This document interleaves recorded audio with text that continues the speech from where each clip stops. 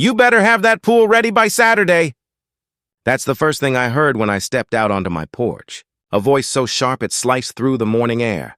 And there she was, Denise, leaning over my fence like she owned the place, sunglasses flashing, hands on her hips like a drill sergeant ready to hand down orders. I froze, pruning shears still in my hand. What did you just say? She didn't flinch. She didn't even blink. She just smirked, like I was some clueless intern on her first day. The HOA approved my request. I'm hosting my son's birthday party right here, in your pool. Now, before I go any further, let me pause. Because this story, you are not ready for how far it spirals out of control. So if you're new here, hit that subscribe button, smash like, and share this with someone who knows what it's like to deal with a nightmare neighbor. Because what happened next still makes my blood boil. Back to Denise. I actually laughed out of shock, not humor. This is my property, my pool. Not community property. Not yours, her lips tightened. Her eyes narrowed. You're wrong, Jack. This pool belongs to the neighborhood. And if you don't cooperate, we'll take legal action. The word we hung heavy in the air. She didn't say I, she said we. Like there was some secret army of clipboard-carrying, rule-obsessed neighbors waiting in the wings. The crazy part? My neighborhood doesn't even have an HOA. We never have. That's when alarm bells went off in my head. She was bluffing. She had to be bluffing, but the way she leaned in close, her perfume mixing with the bitter smell of her coffee, her voice low and deliberate. You're going to regret being difficult. Then she turned on her heel and walked away like a queen who'd just declared war. I stood there frozen, the morning sun blazing down on me, trying to process what had just happened. I'd heard stories of people abusing HOA rules, but this was straight-up delusion. Or worse, a setup. The rest of that day was a blur. Every time I looked out the window, I caught glimpses of her pacing by the sidewalk, phone in hand, whispering. My gut told me she wasn't just talking to friends, she was organizing something, and then my neighbor started acting strange. Mrs. Thompson, who usually waved when walking her dog, crossed the street instead. The couple across the way didn't return my good morning. A group of teenagers laughed when I walked by, and I swear I heard one of them say, "Hope you've got enough floaties for us." What was Denise telling them? That evening, I found something new. A box of party decorations, balloons, streamers, paper plates, sitting on my porch. No note, no knock. Just dumped there like the decision had already been made. That's when frustration started boiling into anger. This wasn't just some harmless neighborly request. This was harassment, manipulation. She was twisting the entire neighborhood against me, making it look like I was the selfish one. I told myself maybe she'd come to her senses. Maybe it would stop. But deep down, I knew Denise wasn't the type to back off. If anything, she was just getting started. That night, I replayed the conversation over and over in my head. Her smug tone, that fake confidence, the way she said, "The neighborhood owns it." No, not a chance. This was my home, my pool, my land, and yet the pit in my stomach kept growing. What if she really tried something? What if she convinced enough people that she was right? As I stood at the window, watching the streetlights flicker on one by one, I saw her again, just standing at the edge of my driveway, not saying a word this time, just watching. A chill ran down my spine. This wasn't over, not even close, and I had no idea just how far Denise would go, because within the next 48 hours she'd be back on my porch, dropping off more party supplies. And by Friday night, I'd snap and do something that would change everything. By the next morning, Denise had turned it up a notch. I opened my front door to grab the paper and nearly tripped over another box. This time it wasn't just balloons and paper plates, it was a giant pack of plastic cutlery and a rolled-up vinyl banner that read, "Happy Birthday, Tyler." I swear I almost laughed, not because it was funny, but because it was insane. Who just dumps party supplies on someone else's porch like they already own the place? I marched over to her house, the box under my arm. But when I knocked, she didn't answer. Curtains twitched, though. I knew she was in there. Watching me like this was some kind of game. Fine. If she wanted to play games, I'd wait, but it didn't stop there. Later that afternoon, I was mowing the lawn when she strutted by with her little lap dog. waving at neighbors as if she was some kind of parade queen. She stopped right at the edge of my yard, cupped her hands around her mouth, and shouted, loud enough for everyone to hear, "Don't forget the party's at Jack's pool on Saturday." Heads turned. People smiled, nodded. Some even clapped. Like it was official. Like I had actually agreed to this. I killed the mower, sweat dripping down my back, and yelled back, "There's no party here! Not in my pool!" But my voice didn't carry the same way hers did. She had already moved on, leaving me standing there like the town grump yelling at clouds. The more I pushed back, the worse it got. By Thursday, my phone buzzed non-stop with texts from neighbors I barely knew. "Hey, do you need extra folding chairs? We can bring cupcakes if you want. Heard the HOA is finally putting the pool to good use." The HOA, there it was again. That word. Like Denise had planted it in everyone's head. But there was no HOA, never had been, and yet, people believed her. Friday morning, I walked outside and found 2 cars parked right in front of my driveway, blocking me in. Parents unloading bags of snacks, laughing like it was some community picnic. "Hey, the kids are so excited for tomorrow," one mom chirped. I just stared. "What kids?" She blinked at me like I was the crazy one. "The birthday party?" I wanted to scream. Instead, I just turned, walked back into my house, and slammed the door. That was it, the last straw. All week, I had tried to reason with myself. Tell myself it was harmless. Tell myself she couldn't possibly go through with it. But now, she had dragged half the neighborhood into her fantasy. She had made me look like the bad guy. I stood in the kitchen, staring out at the blue shimmer of my pool in the backyard. My sanctuary, the one thing I had worked for years to have. And this woman, this entitled, manipulative neighbor, thought she could just claim it like a public park. No, not happening. So that night, after the sun went down and the neighborhood lights flickered off one by one, I made my move. I grabbed the pump from the garage, hooked up the hose, and walked out to the pool. The street lamp buzzed overhead, casting a pale glow over the water. I felt like I was about to commit some secret mission. I lowered the pump into the deep end, flipped the switch, and listened as the water began rushing out, trickling across the grass, soaking into the dirt. Slowly, inch by inch, the pool began to drain. It was almost satisfying. Every gallon that disappeared felt like taking back a little bit of control, like wiping her smug grin right off her face.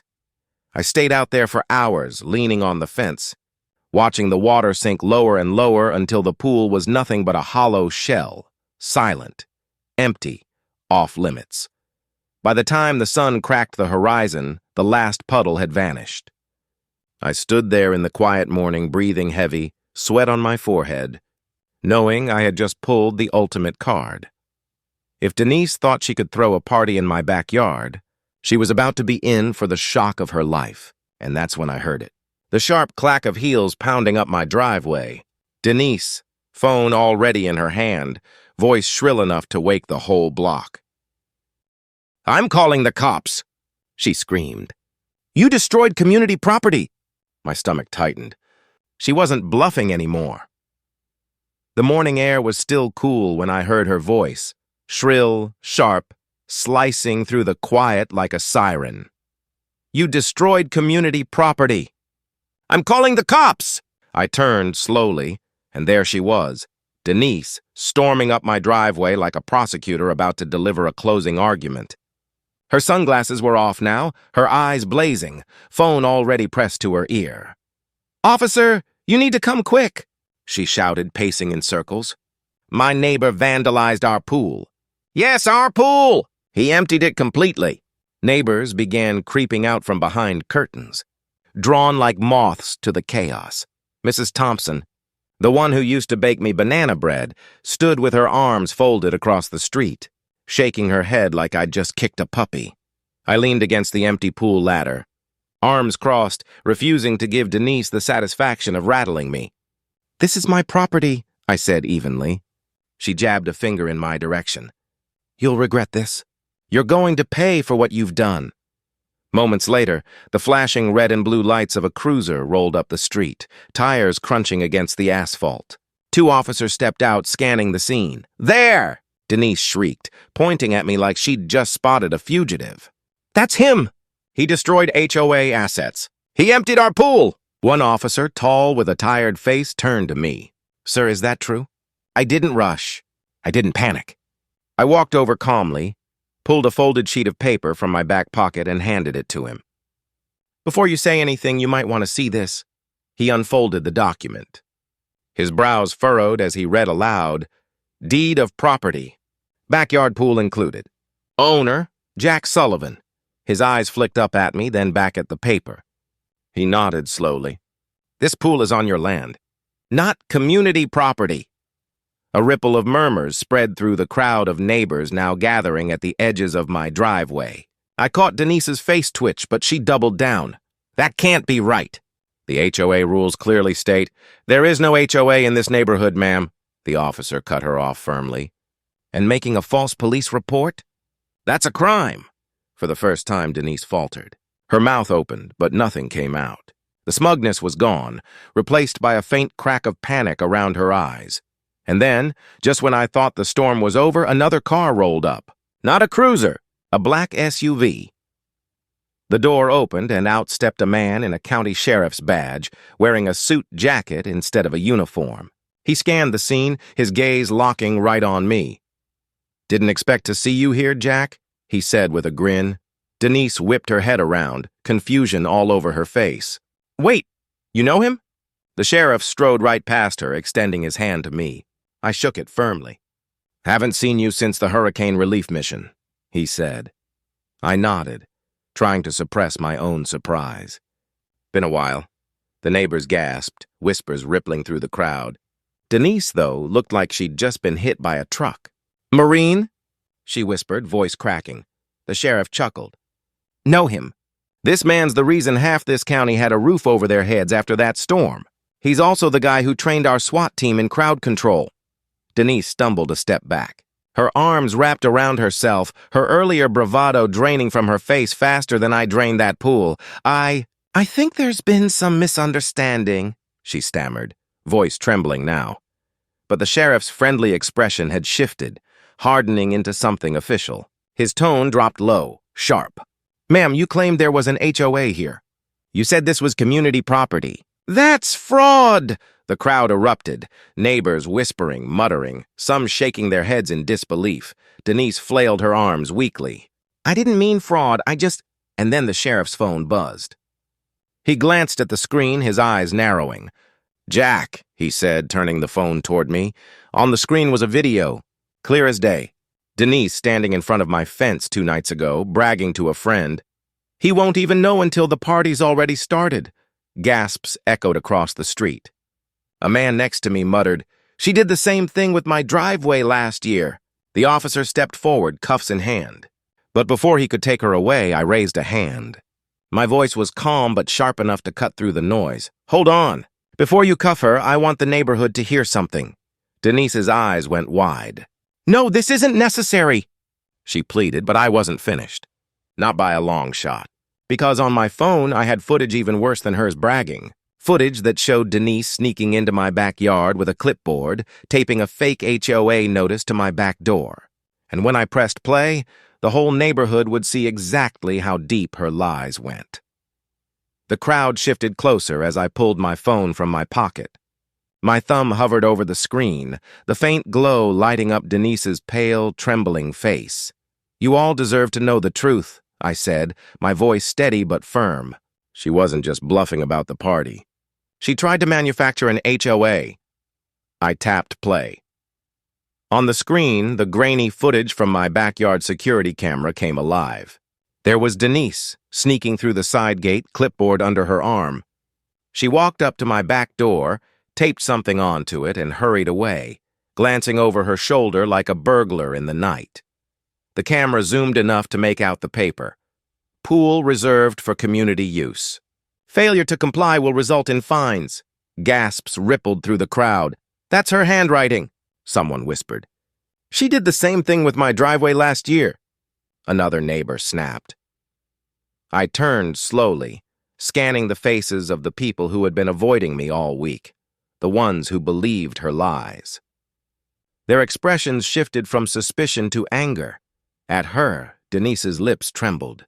I was just trying to take what doesn't belong to you," I cut in sharply. My voice echoed off the houses, ringing louder than hers ever had. The sheriff nodded, signaling the deputy. "Go ahead." The clink of metal was sharp in the still air as the deputy grabbed Denise's wrists and slapped the handcuffs on. Her face twisted from shock to fury in an instant. "You can't do this to me!" she screeched, thrashing against the cuffs. "This isn't over!" "You'll regret this, Jack!" The neighbors' murmurs rose louder. Some were shaking their heads in disgust. Others pulled out their phones, recording as if it was a live show. One man muttered, "All this over a pool." I leaned on the fence, my arms crossed, watching her thrash like a trapped animal. And for the first time all week, I felt something new. Control. "Denise!" I called out, my voice calm, almost too calm. "I served this country so people could live free on their own land. Not so you could treat my home like your personal playground." Her eyes blazed with pure hatred. "You think you've won?" she spat. "You've made enemies you don't even know about." The sheriff tugged her toward the cruiser. "That's enough," she kept screaming as they dragged her away. Her voice cracked but carried, "This isn't over." "None of this is over." The cruiser door slammed, muffling her rage. But her words clung to the air like smoke that refused to clear. I turned back to my neighbors, who now stood awkwardly, some shifting their weight, some staring at the ground. Mrs. Thompson, the one who had crossed the street to avoid me, met my eyes. Shame flickered there. She whispered, almost too softly to hear, "We should have believed you." I didn't respond. I didn't need to. The truth had spoken for itself. As the cruiser pulled away, the sheriff clapped a hand on my shoulder. "You handled that better than most, but something about this doesn't sit right with me," I frowned. "What do you mean?" He glanced at the crowd, then lowered his voice. She acted too confident, too organized. Fake HOA notices, the way she rallied neighbors, the certainty in her threats. This wasn't just her playing queen of the block. She had help. His words hit me like a gut punch. Neighbors began drifting back inside, whispering amongst themselves. The street grew quiet again. But Denise's final words echoed in my skull. "You've made enemies you don't even know about." That night, the adrenaline wore off, but sleep never came. Every creak of the house made my pulse jump. Every shadow on the wall stretched too long, too dark, and just when I thought the storm had passed, my phone buzzed. Unknown number. I hesitated, thumb hovering. Finally, I answered. "You think you've won?" A low, deliberate male voice said. I froze. Denise was just the face, he continued. "Now, you've got our attention." My blood ran cold. "Who is this?" I demanded. The man chuckled darkly.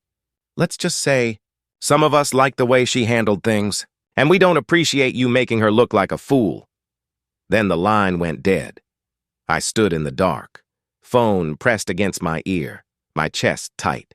My reflection stared back at me in the window. Denise hadn't been bluffing. She hadn't been alone. And when my security cameras pinged me just hours later, two hooded figures standing at my back fence, one of them wearing a patch with an HOA emblem, I realized I was in far deeper trouble than I ever imagined.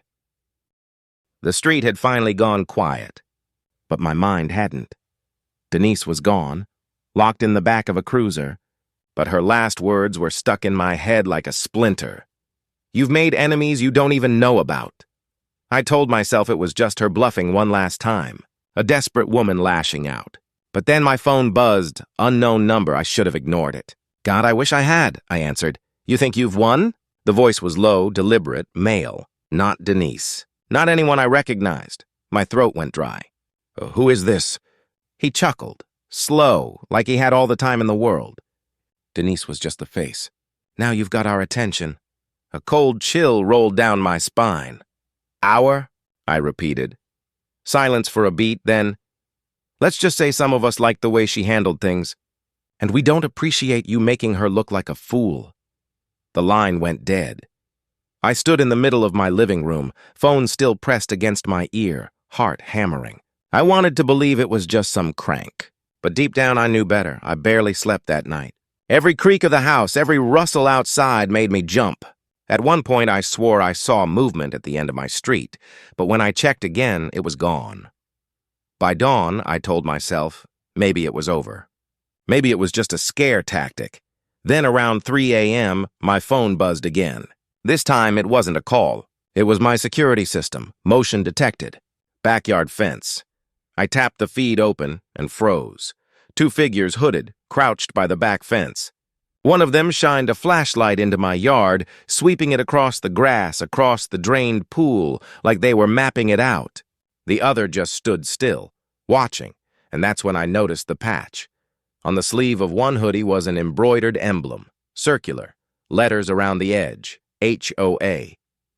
I blinked, leaned closer to the screen. We didn't have an HOA, which meant someone had gone through the trouble of making fake uniforms, fake emblems.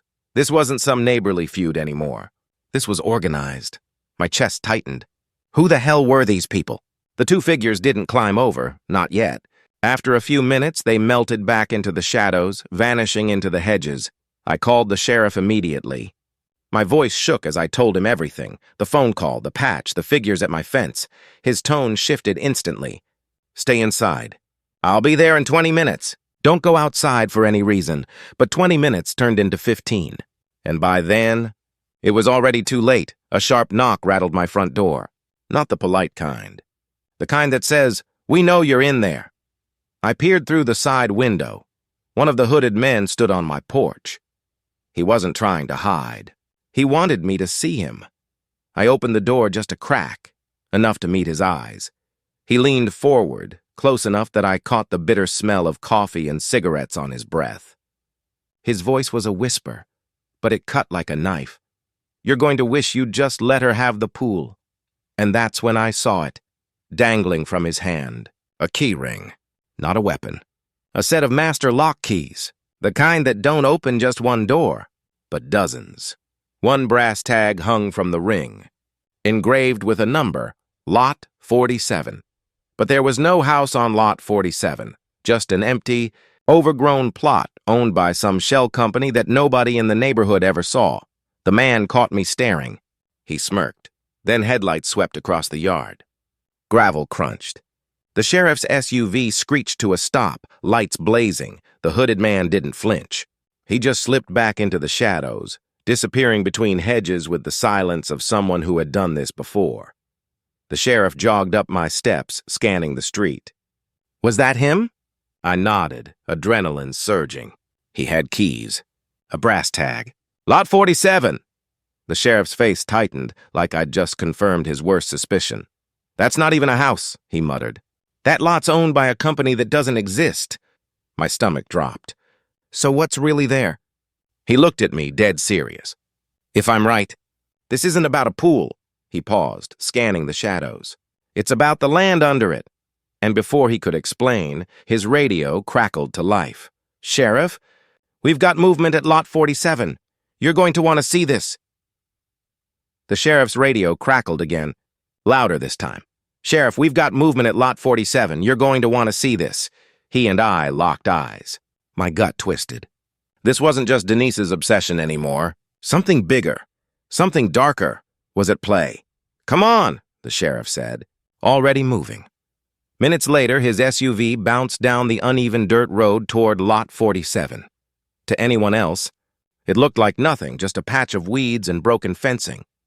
But in the headlights, I could see the faint outline of tire tracks leading inside. Deputies swept flashlights across the lot, cutting through the shadows. That's when one beam caught it. A massive tarp stretched tight over something in the corner. The sheriff yanked it back, and my stomach dropped. Underneath was a generator. Not the kind you'd pick up at Home Depot. Industrial. The size of a car. Heavy cables snaked from it, disappearing into the ground. Toward my property line. "They've been tapping into your utilities," the sheriff muttered. "Power, maybe water." Feeding something. I felt sick. All summer I'd brushed off my sky-high bills as the pool pump working overtime. But it wasn't the pump. It was them. Then another tarp was pulled back. Beneath it, stacked crates, sealed tight, labels from overseas. The sheriff pried one open. Inside, rows of surveillance equipment, cameras, microphones, even drone kits. "What the hell is this?" I whispered. The sheriff's jaw clenched. "This isn't just greed. This is organized. Before I could respond, the roar of engines cut through the night. Headlights flared. 3 black SUVs tore onto the lot, skidding to a stop in a cloud of dust. Doors flew open, and half a dozen men stepped out in matching dark jackets. No badges, no names. Just that same fake HOA emblem stitched into their sleeves. The sheriff's hand went to his holster. "Stay behind me," one of the men called out, voice cold. "This is private property." "Leave now!" the sheriff barked a laugh. "Not anymore. This is a crime scene." Tension crackled in the air like a live wire. 2 of the men peeled off, circling wide toward the edge of the lot, toward my property. "They're heading for my house," I hissed. Before the sheriff could answer, his radio screamed again. "We've got movement at the suspect's residence. Possible forced entry." My blood froze. I didn't think. I just ran. We cut down the side street, boots pounding dirt. My chest heaved, lungs burning. When my house came into view, my heart stopped. The back gate was wide open. Lights glowed inside. Shadows moved across my kitchen walls. I sprinted up the steps and shoved the door open, just in time to see a man standing under the ceiling light, holding something in his hands. My pool pump, or what used to be my pool pump. It had been gutted and rebuilt. Inside was a nest of wires, circuit boards, and a blinking device. It wasn't a pump anymore. It was a transmitter. The man froze when he saw me. For a split second, we locked eyes. Then I lunged, grabbing his arm and slamming him into the counter. The device clattered to the floor. The sheriff burst in, weapon drawn. "Step away from that!" the intruder sneered. "You have no idea what you're messing with." The sheriff scooped up the gutted pump, studying it, his face hard. "This isn't theft. This is espionage," the man just smirked. Too late. The signal's already been sent. Before I could demand answers, the rumble of helicopters shook the air. Spotlights lit up my backyard as black vans screeched to a halt out front. Agents in tactical gear swarmed the street, rifles at the ready. One stepped forward, jacket marked in bold letters, FBI. "Mr. Sullivan?" he asked. I nodded, still gripping the counter. "We've been tracking this group for months. Your property was being used as a covert relay point for illegal overseas communications." I stared at him, stunned. "You're telling me my pool pump was a spy transmitter?" He nodded grimly. "And they weren't just talking to each other. They were sending data to another country." As his team swept the yard, they unearthed more wires, more devices buried beneath my lawn. Every shovel of dirt revealed another piece of their operation. Then came the final blow.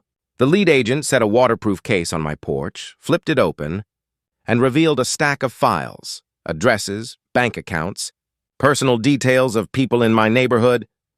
The top file had my name on it. I swallowed hard. "So who's behind this?" The agent's eyes scanned the street. "That's what we're about to find out. But we think the real leader is still here. Someone local. Someone who blends in." And then, as if on cue, a figure stepped into the glow of the street lamp at the end of the cul-de-sac, calm, waiting. It was Mr. Dalton, the so-called retired HOA president from 2 streets over. The one who spent his days tending roses and waving at joggers. Dalton's eyes narrowed. "You should have left it alone, Jack. This neighborhood runs on order." "My order." The FBI agents moved in. Dalton didn't resist. He just smiled faintly as cuffs clicked around his wrists. "You got some of my people," he murmured. "But not all." And as they led him into a van, I realized something chilling. He wasn't lying, because this was bigger than one woman. Bigger than one fake HOA. And somewhere out there, others were still watching, still waiting. I leaned against the empty shell of my drained pool, the hum of helicopters fading. My backyard was finally mine again, but it would never feel the same. Denise thought she was just hijacking a pool. Turns out she nearly helped cover for a federal spy ring. And me? I'd fought wars overseas, but I never thought the biggest battle I'd face would be in my own backyard. If you think your HOA horror stories are bad, imagine finding out your neighbor's pool was part of an espionage operation. What would you have done in my shoes? Drop your thoughts in the comments, hit subscribe, and share this with someone who's had to deal with an out-of-control neighbor. Because trust me, this story isn't the only one.